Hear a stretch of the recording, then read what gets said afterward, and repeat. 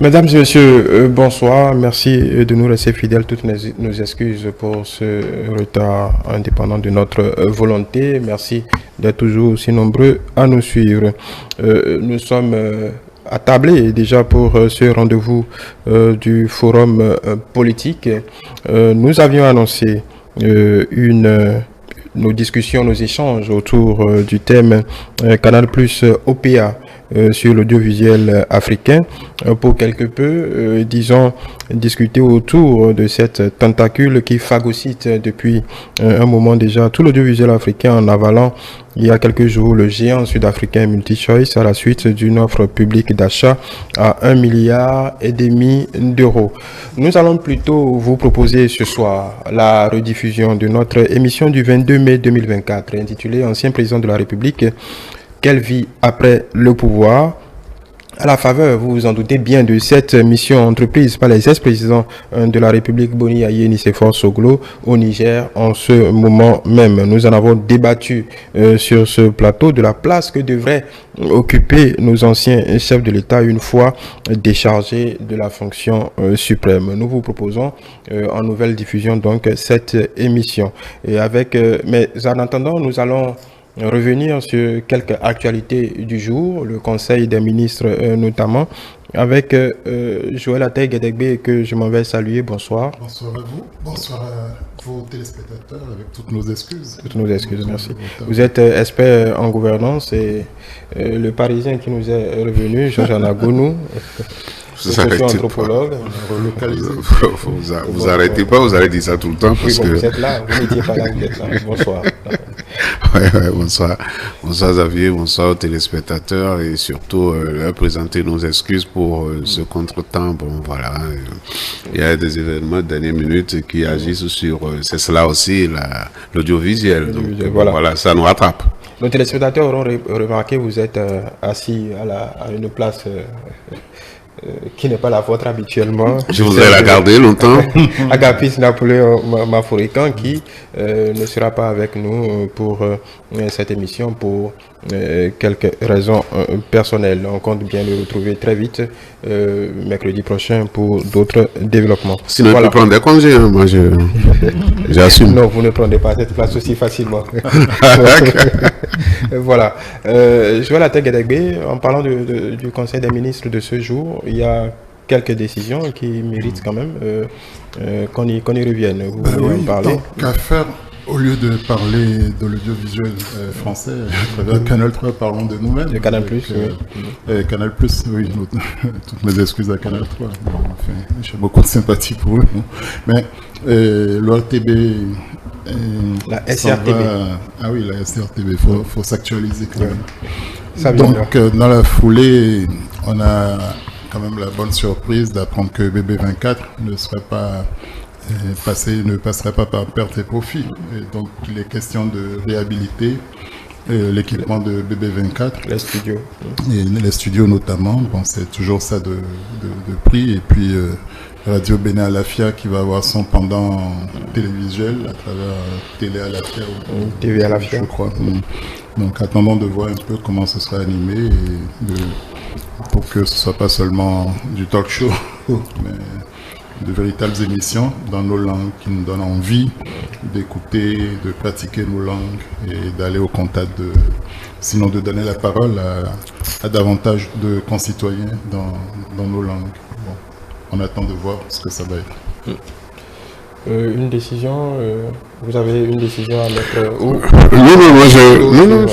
Je continue sur la situation de l'ORTB parce que voilà, là, un peu de ça s'apparente à SRTV, oui, bon. SRTB, oui, d'accord, bon, on va s'y habituer, mais bon, c'est notre vieille ORTB qui se transforme. C'est subir la volonté du chef de l'État de transformer les choses, de toucher à tout. Donc, il n'y a pas de domaine qui soit laissé. Vous savez, les spécialistes de la presse ou les gens de l'ORTB, ils s'impatientaient. Ils s'impatientaient parce que dans ce domaine-là aussi, le chef de l'État avait beaucoup promis pour révolutionner l'espace audiovisuel de notre pays. Et donc, Et les décisions prises aujourd'hui montrent que le gouvernement n'avait jamais oublié ce domaine-là et que il se lève maintenant pour accompagner notre presse nationale. Vous savez, la presse, celle qui est nationale, a besoin d'exister et d'être soutenue. Moi, je prends toujours l'exemple de la 2. Je dis, vous savez, la différence avec la chaîne numéro 2 en France, c'est ça, je dis. La 2, la différence avec les autres presses, c'est que vous allez savoir, le groupe M6 ou un groupe appartient à Bolloré, ça appartient à tel, de sorte que lorsque le propriétaire de la chaîne veut, il vous retire votre truc à tout moment. Mais la 2 appartenant à l'État et n'est pas pour un régime, n'est pas pour une seule personne et que ça traverse le temps. Et parfois, on se donne la liberté de quelques commentaires. Et donc, c'est ce que moi je souhaitais pour notre presse nationale et avec la volonté du gouvernement qui essaie de réformer, de reconstruire les choses aujourd'hui. Notre souhait, le vœu, bon voilà, serait que lorsque l'État finit de faire ce qu'il doit faire, il faudrait que les professionnels même fassent un travail pour mériter la confiance que l'État aurait fait en ce moment-là. Donc, il ne faut pas, il le disait, top show, top menu, non, je pense que dans un pays, il faut travailler. Moi, j'aime bien voir un journal où, à la fin, dans une édition, par exemple, qu'on fasse un reportage sur les gens de Dogbo pour voir comment est-ce que le marché s'anime. Être collé à notre terroir. Je pense que les fois à venir, après cet effort que le gouvernement est en train de faire, pour changer les choses, pour renouveler les choses, eh bien, il y aura la volonté et la perspicacité au niveau des journalistes qui animent cette chaîne-là pour nous faire voir du beau, pour nous faire voir du nouveau. Ça, là où on aurait nécessairement gagné par rapport à l'effort fourni par l'État aujourd'hui. Donc, moi, je voudrais dire que c'est une bonne résolution et que ça mérite d'être accompagné. Voilà. On passe à une autre décision que vous voulez évoquer. Disons qu'on espère que le secteur médiatique fera l'objet de l'attention qu'il mérite de la part du gouvernement, que ce soit le secteur public ou le secteur privé. Ouais, c'est ça qui commence. On attend vraiment, au-delà du service public, enfin un vrai service public et puis tout le secteur. Tout le secteur quand même, qu'on y voit un peu plus clair. Pour revenir au on pourrait encore revenir là-dessus, parce que tu sais, moi je préfère souvent que le secteur médiatique soit indépendant. Bon voilà, la presse de l'État elle est là, mais que le reste soit indépendant, ça permet d'enrichir les débats, ça permet d'enrichir les choses et que ça ne soit pas seulement la structure appartenant à l'État qui seulement anime la place. Voilà. Vous voulez intervenir sur notre sujet Oui, les grands travaux se poursuivent, puisque le vieux pont, c'est comme ça qu'il faudrait l'appeler. L'ancien pont, comme on le dit. Voilà, le premier de Cotonou, pour moi, va être l'objet d'une réhabilitation, pour ne pas dire reconstruction. Tout un réaménagement de la zone qui s'étendra jusqu'au carrefour Sobebra.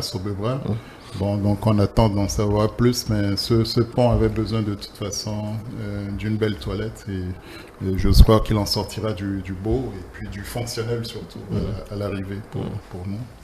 On n'a pas les moyens de construire beaucoup de ponts, mais le peu qu'on a, il faut que ce soit suffisamment fonctionnel. On a un spécialiste de la circulation qui va nous dire ce qu'il faut espérer. Une bonne nouvelle, c'était attendu. Oui, bien sûr, c'est-à-dire que, vous savez, il y avait... Le trafic lourd était déjà interdit sur ce pont. Il y avait un moment, c'est-à-dire qu'aujourd'hui, le train ne passe plus là-dessus. Même les camions. Un train qui était fait vraiment pour ça et tenait. Et je me rappelle qu'il y a un moment où les gens avaient senti de fissures au niveau du pont et le débat était houleux là-dessus. Et puis les ingénieurs, je me rappelle Jacques Ayadji, ils étaient partis et ils avaient démontré que, bon, mais en fait, le pont n'était pas en péril. D'accord? Mais aujourd'hui, et c'est pas seulement ici, vous voyez parfois des ponts qui poupent en deux en Europe et que la dernière fois même en Italie, c'est arrivé. Donc c'est des structures qu'il faut entretenir. Il faut travailler là-dessus, il faut rénover, il faut renforcer et par moment. Et ça, c'est une bonne décision que le gouvernement a prise par rapport à cette partie-là. moi, je voudrais dire d'abord aussi que c'est courageux. Vous savez, construire un pays qu'on n'avait pas fait un bon plan avant, le reconstruire en matière de travaux publics, ça coûte cher. Ça coûte cher.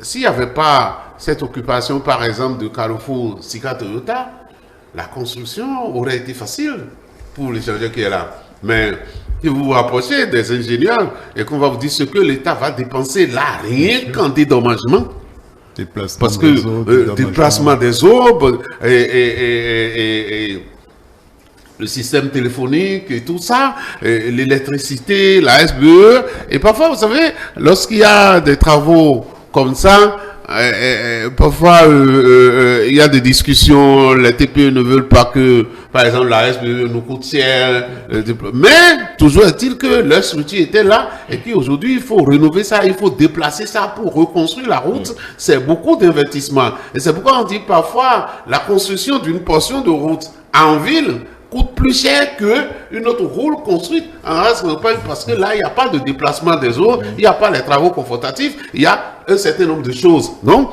les travaux que le gouvernement essaye de réaliser à l'intérieur de Cotonou, il faut le savoir que ce sont des travaux qui coûtent cher, mais il faut qu'un jour, on décide de rénover notre pays, de construire le pays de l'avenir, que dans peu de temps, les gens pourront voir et être satisfaits de ça pour dire vraiment, nous sommes dans un pays où les choses se... Vous savez, regardez, si vous faites 2 mois avant de repasser à l'aéroport de Cotonou, vous voyez toujours qu'il y a du nouveau. Je ne sais pas comment ça se passe, mais moi, c'est en avril, c'est à l'aéroport, mais je suis repassé ce mois-ci. On essaye de rendre le lieu beaucoup plus attractif. Moi, je pense que à ce niveau-là aussi, le gouvernement est en train de faire un bon boulot. Je ne dis pas que, bon, voilà, je suppose que d'autres qui viendront feront encore mieux que ça d'ailleurs. Et ça, c'est mon vœu le plus secret, en fait. Voilà. Donc, bon, voilà, ces initiatives que le gouvernement prend sont des initiatives qui sont allouées. Et d'ailleurs, il reste moins de 2 ans pour finir. Mais quand on lance des travaux comme ça, les travaux qui seront lancés pour un projet 24 mois. L'administration étant une continuité, voilà. Justement, comme tu le dis, ça pourra se faire. On espère que les inconvénients nous seront allégés malgré tout. Voilà.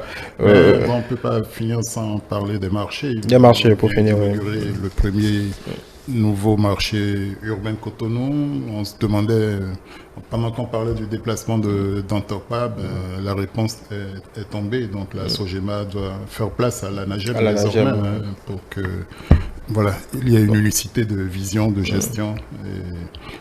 Ça relève plutôt d'une certaine logique. Oui, plutôt. C'était une clarification qui était la bienvenue.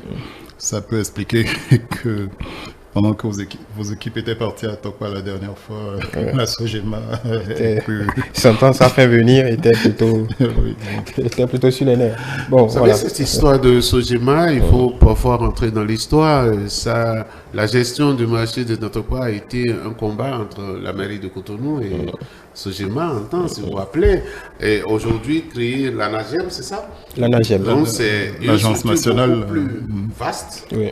Je pense que SOGEMA s'occupait que même non, SOGEMA avait compétence nationale, mais bon, voilà. Il n'y avait que Tokwa.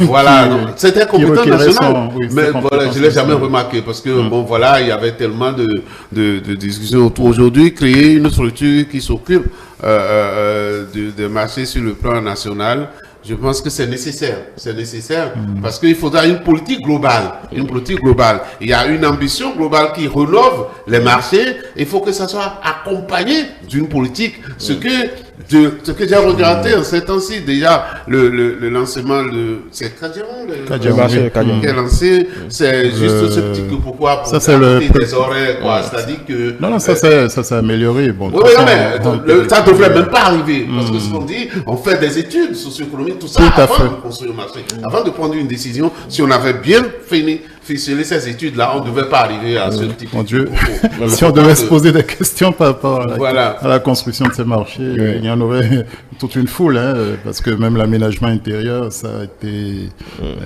c'est arrivé comme un avenant après, bon, mais tant mieux à l'arrivée. Et bon, l'ANAGEM, de toute façon, aura au minimum les 35 nouveaux marchés au plan national, dont 9 sur Cotonou. C'est plus probablement le marché régional. C'est voilà. beaucoup pour son cahier de charge. Bon, voilà, pour finir, le débat n'est peut-être faire par rapport au déplacement de notre part. J'ai vu beaucoup de commentaires ces temps-ci, j'ai lu beaucoup de choses. Et bon, mais on reviendra sur sociologue, anthropologue, ne me posez pas la question, sinon oui, voilà. Merci Jean-Jean Agonou. Je rappelle que vous êtes socio-anthropologue, Joël Guédégbé, expert en gouvernance. On se donne rendez-vous mercredi prochain. Usager des marchés. Ah oui, usager des marchés. Ah bon, on va compléter votre présentation. Mais merci à vous, mesdames et messieurs, comme prévu. On vous propose en nouvelle diffusion cette émission du 22 mai, nos échanges du 22 mai 2024 ayant pour thème ancien président de la République, quelle vie après le pouvoir. Merci de nous avoir suivis. C'était très bien parce que d'ailleurs, on a des choses qu'on a eu à dire dans ce débat-là que les gens vont suivre tout à l'heure et colle un peu avec ce que les l'actualité. Voilà, la médiation entreprise au Niger. Voilà, moment. absolument. Voilà. Mesdames et messieurs, merci. Merci de continuer par nous suivre. Nous donnons rendez-vous mercredi prochain pour d'autres développements.